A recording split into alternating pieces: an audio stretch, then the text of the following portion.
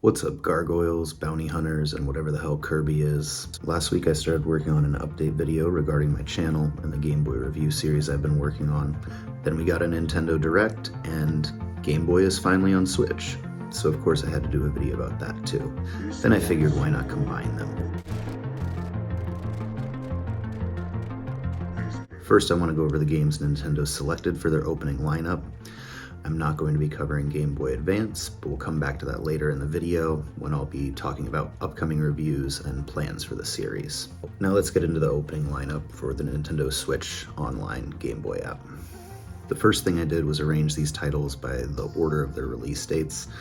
I like to keep these Nintendo collections pretty tidy on the Switch. I usually organize them by franchise or genre, but with only 10, this seemed like a decent approach. It also gives a nice look at how the box art changed during the Game Boy's run. You can see when game ratings showed up in the timeline, or the transition from Game Boy to Game Boy Color to only on Game Boy Color. There is an option to choose whether you want the classic green, the Game Boy Pocket grayscale, or the Game Boy Color display. But you have to go to the game select menu to turn it on, and it doesn't seem like the palette swap options from the Game Boy Color are there. I've tried holding all the button combos while booting up a fresh game, but it's always the default palette, so that's a miss. But they do give you the option to turn on the ghosting. They made some odd choices. Anyway, let's start with 1989's Tetris. This is one I've got multiple copies of. It's the first game I ever played on Game Boy, and I'll definitely be reviewing it in the future. I'm not sure when though, since it's been so heavily covered. And I really want to bring something new to each video. You know what I'm about to say next. You do, don't you? There's a really good video about the history of Tetris by the gaming historian, and I'll put a link in the description. With Tetris 99 available for free on the Switch, this version is really here for nostalgia reasons. But I think it's cool that younger players that have grown up always being able to slide their tetrominos or hold a piece for later can see the incredibly unforgiving version of Tetris that I grew up with. Next is Gargoyle's Quest, which I've never played, but I'm really looking forward to getting into. I don't own a copy of this game because it's one of those ones that costs more now than when it came out, which is something it has in common with the next game, Metroid 2: Return of Samus. I started playing this game immediately, and it's by far the game I'm most hyped about on this list. It's great so far. It plays great, and if you turn on the Game Boy Color option, it's definitely a step forward graphically from Metroid. I'm really looking forward to completing this game. I've wanted a copy for years, but it's one that you've got to have some luck to find at a low price or pay up to acquire, which makes it a great addition to this lineup. I highly suggest playing it. I also suggest playing the next game, Kirby's Dream Land. I ran through it a few days back, and it didn't take long at all. It's a short game, and it's not very hard. You have a nice health bar, and there are plenty of helpful items, but the real game starts after the credits roll. By holding up, select, and A on the start screen, you can play the extra game. This is the game's hard mode, and it really ramps things up and adds some major replay value. Boss fights that seemed a little too easy on the first playthrough now require clean jumps and strategic use of the swallowing and spitting mechanic. It's the first Kirby game, so give it a shot if you're a fan of the franchise. It's the purest platformer in the Kirby series in my opinion. The addition of power-ups kind of changed the formula for the series, and the first game is pretty stripped down. I've been playing Kirby's Dream Land 2 recently for another upcoming video, and I didn't realize how much it added until I played this one. Moving along to 1992, we have Super Mario Land 2, 6 golden coins. I can't believe just 2 weeks ago it seemed like a pipe dream that the Game Boy would come to Switch when I wrote my review of this game. Go check that out if you haven't seen it already. You should definitely play this game. Now we move along to the Game Boy Color games. Most of these are games that would play onto DMG but had upgraded color palettes on the GBC. First of these is one of my favorite games in my collection because the cartridge doesn't have a sticker and it's all jacked looking. The Legend of Zelda: Link's Awakening DX. I've never completed it, but I'm looking forward to starting it soon, and I'm really glad that I can play it on my TV now. This is a game that'll definitely be getting an episode of its own in the future. Next we have Game & Watch Gallery 3. I played it for a little while. I own the second game in this series, and they're all pretty similar. Each one is a compilation of Game & Watch games with classic and modern modes available, with some additional unlockables in a gallery. The Game & Watch is a huge part of the Game Boy story, but I'll save that for a future video. When it comes down to it, these are simple and repetitive games, and the only replay value comes from trying to beat your high score. They were a nostalgia trip when they launched the first time, and it's the same here today. Just don't expect much depth. Now we're on to the only for Game Boy Color titles. These are games that would only play on the GBC and featured that bumped cartridge with no indentation, so even if you shoved one in a DMG, it wouldn't turn on. First, we have Alone in the Dark, The New Nightmare. I started playing this one yesterday because I was intrigued by the graphics.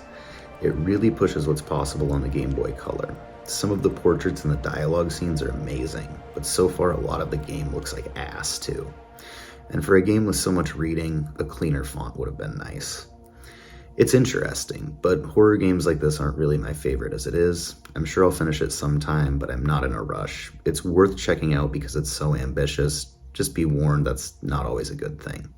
And finally, we come to Wario Land 3. I've got a Japanese copy of this one, complete in box, and I'll certainly be doing a review of this game in the near future. There's an unboxing video I did years ago when I first picked it up, and right now it's still my most viewed piece to date. I've never completed it, and starting fresh on the big screen is a nice option. Next to Metroid 2, this is the game in the lineup I'd encourage you to play the most.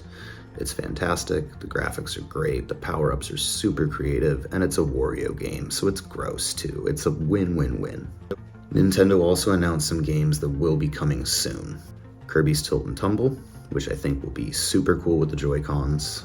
Pokemon the Trading Card Game, which I own a copy of and want to also cover soon. And The Legend of Zelda Oracle of Ages and Oracle of Seasons. I do own a copy of Oracle of Ages, so maybe after I play Link's Awakening I'll get to that one.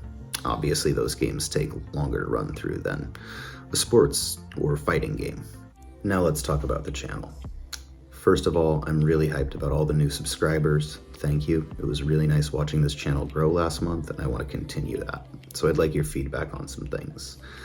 Like, I'm not sure if I'm going to continue posting long plays. They're usually pretty easy to put out, and sometimes they even rack up more views than the Game Boy reviews I put a lot of time into. But those are what I want to focus on, the reviews. When I started this project at the beginning of the year, my main goal was to review every Game Boy game I own. I wanted to archive everything in my personal collection, which is a pretty big task. When I juggle it just right, I can get a video out about it once a week. But I'd rather focus on quality than quantity, and the pace I've been at of 4 reviews in 6 weeks feels fine to me. It also means that at just over 50 games and growing, this is going to take a couple of years. So please let me know the games that you want to see first. I plan on focusing on the gray cartridge era stuff first, and I'm probably going to give the games that are now on the Switch some priority since they have new player bases. And while I have a small Game Boy Advance collection, it's mostly just from buying my SP in an eBay lot. I didn't have one growing up, and if I do any Game Boy Advance content, it probably won't be until I've covered just about everything else in my collection, which includes some things that aren't exactly games, like the Game Boy Camera, or this French to English translator, the Super Game Boy, the Game Shark. I also want to keep the focus on how these games play on the physical hardware, which is why each video includes a run through the Game Boy Gauntlet. I'm trying to figure out ways to shoot those scenes with less glare, by the way. Any advice is welcome. To tell you a little bit about my process, when I pick a game to review, I usually try to play it for around a week. I put that game in my bag with my Advance, and I play it wherever I go. On the bus, in bed, at the bar, whatever. I also start a game in an emulator so that I can get gameplay footage, and that's usually where I make sure to get a full playthrough in. I like to finish the game before I really start writing anything other than notes. I also try to find information on the development of the game, see if there's a speedrunning community for it, and do other research while I play through it. Once I've finished the game, I start writing, then it's a day or two of filming and editing. Like I said earlier, I'm trying to bring something different to each of these videos, especially on the games that have been heavily covered. I'm also trying to improve each time, and sometimes I think simplifying a project is the best way to do that. I have some things I like to do in all of my reviews, but I'm not super attached to a set format, and I'm certainly not beholden to a schedule. So let me know what you'd like to see more of or less of. Even this comment that was largely negative gave me some valuable insight, like not to expect a joke about a subplot in a Street Fighter movie to land. Charlie! It's me! So let me know. Thanks again for watching, and thanks again to all the new subscribers. I've got some basketball-related content coming for All-Star Weekend, but I'm warning you now, it's from LJN.